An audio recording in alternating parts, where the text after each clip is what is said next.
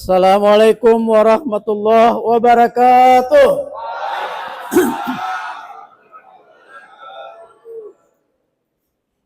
Alhamdulillah binikmatil imani wal islam. Asyhadu an la ilaha illallah wahdahu la syarikalah wa asyhadu anna Muhammadan abduhu wa rasuluh.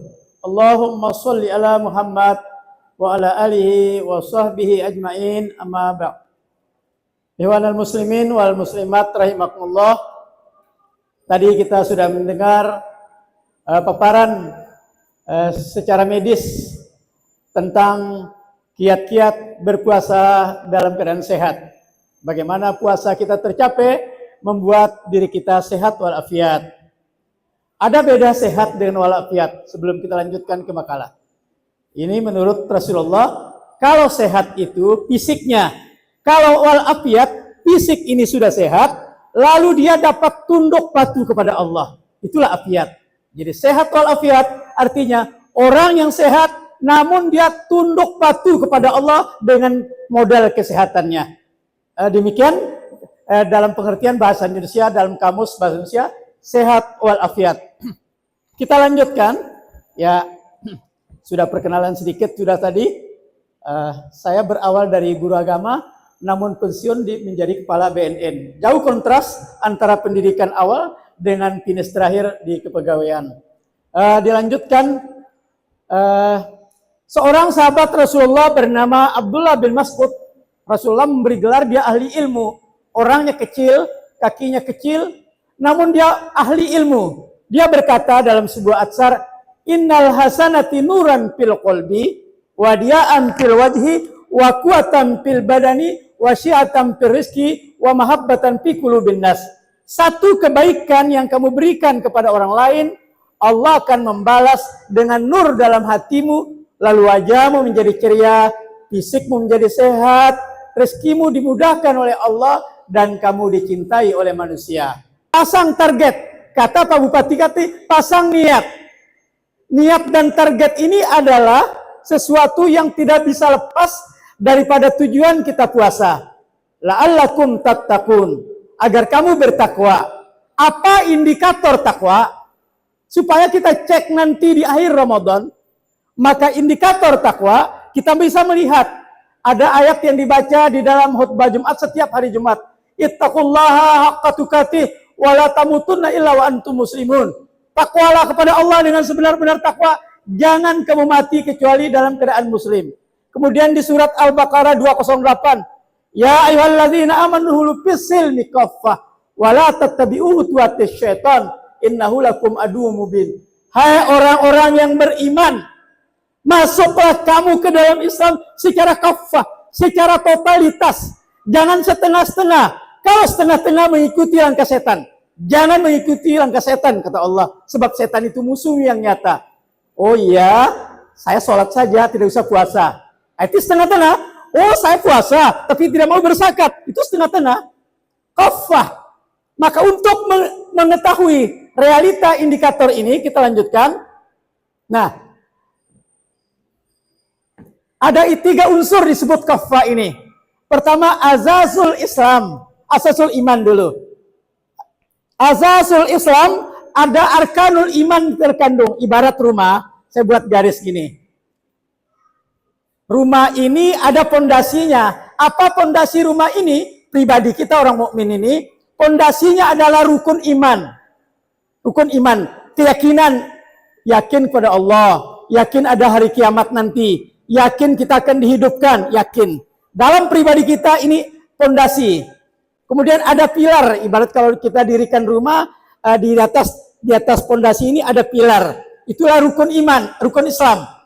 Apa rukun Islam? Mulai dari mengucapkan 2 kalimat syahadat, sholat, zakat, puasa, haji. 5 rukun iman sebagai tiang-tiang rumah ini.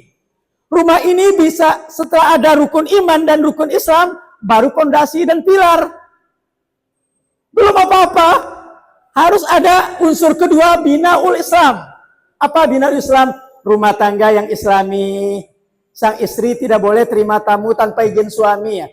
Ada laki-laki lain datang nyelonong kamu, oh suami saya tidak ada. Ini rumah tangga yang islami. para umi, ibu-ibu menutup aurat, ini rumah tangga yang islami. Jadi ibarat kita punya rumah, Islam ini ibarat rumah tadi, pondasinya rukun iman dan rukun Islam, maka ada bangunannya. Bangunan Islam ini ada rumah tangga yang islami, ekonomi kita islami, berusaha sedikit-sedikit jauhi riba. Pemda KSB sudah mencanangkan Kabupaten Sumbawa Barat bebas dari riba, berhenti kita hubungan bank rontok. Itu ekonomi yang islami. Kita berusaha dekat dengan bank yang syar'i, walaupun belum sempurna. Belum sempurna, tapi kita upayakan sedikit demi sedikit. Itulah indikator ketakwaan puasa. Oh, masyarakat yang islami, kita menjaga hablum minanas dengan tetangga.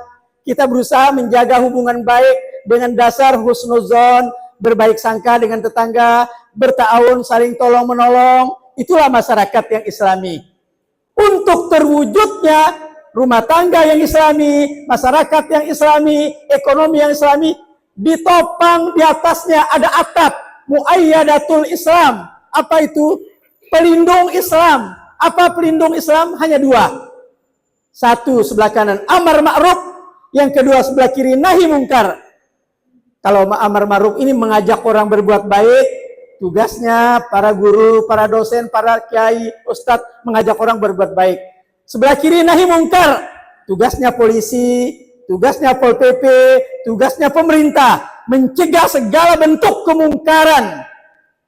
Kita berusaha daerah kita bersih dari prostitusi, business render kata wartawan. Kita berusaha jangan ada di daerah kita.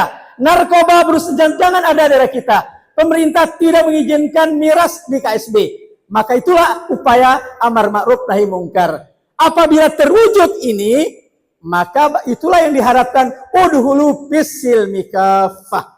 Masuklah kamu ke dalam Islam secara totalitas. Dan itulah yang dihendaki, la'allakum tattaqun, agar kamu bertakwa. Kita lanjutkan. Nah, sholat dan zakat pilar utama syariat Islam. Tadi kita ingat pada slide sebelum bahwa tiang yang berdiri di pondasi itu adalah rukun Islam.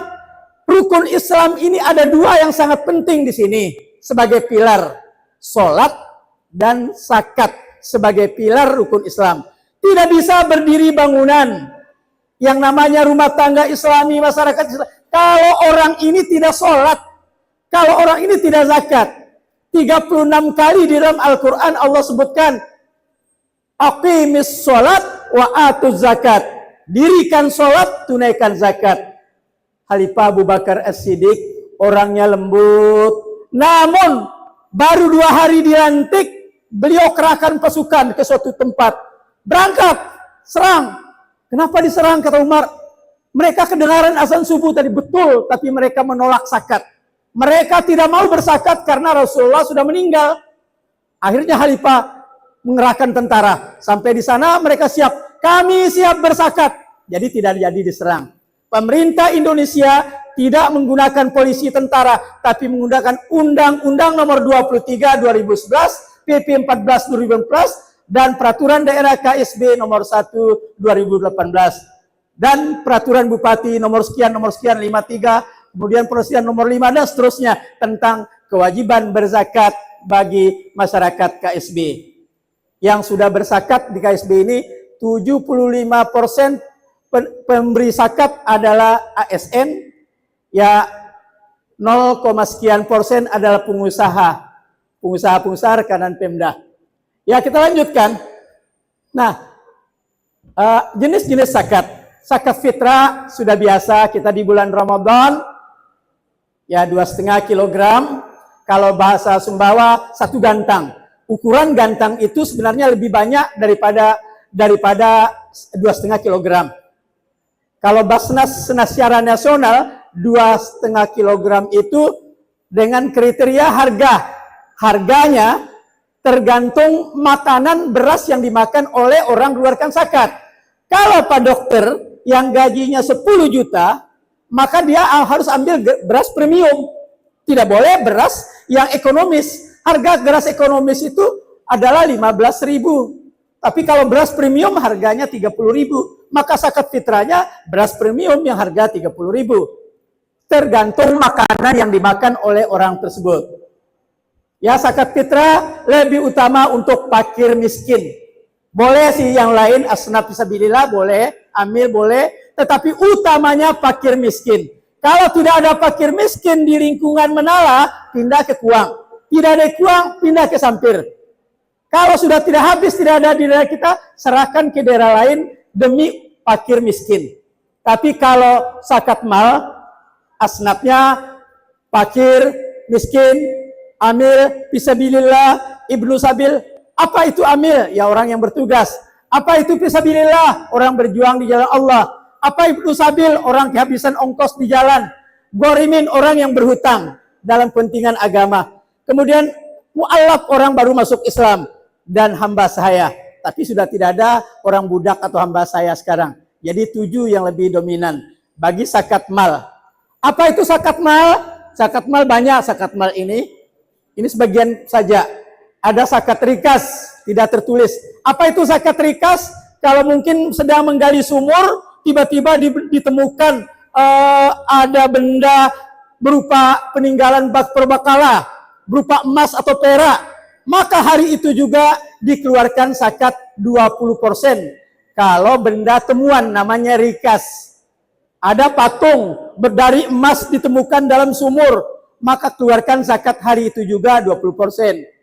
Kemudian berikutnya zakat badan usaha, zakat pertanian, zakat emas, uang dan deposito disetarakan dia. Zakat emas, kalau miliki emas ibu-ibu 85 gram, wajib dikeluarkan zakat. Walaupun emas itu emas perhiasan, cuma sekali saja, tapi kalau emas batangan, emas yang disimpan, dia tiap tahun sama dengan deposito. Tapi kalau emas perhiasan karena dipakai, sekali saja, karena termasuk kepada zakat kekayaan. Tapi kalau emas batangan yang disimpan seperti deposito, sejajar dia setiap tahun dikeluarkan zakatnya. Zakat pertambangan, zakat jasa, usaha, zakat penghasilan atau profesi, dan lain-lain. Ya, dan lain-lain termasuk zakat kekayaan. Semoga kita melalui ibadah Ramadan, kita mantapkan hati kita untuk bersedekah dan berinfak. Apabila harta kita sudah sampai nisab, kita berzakat. Allahu Akbar. Demikian, wassalamualaikum warahmatullahi wabarakatuh.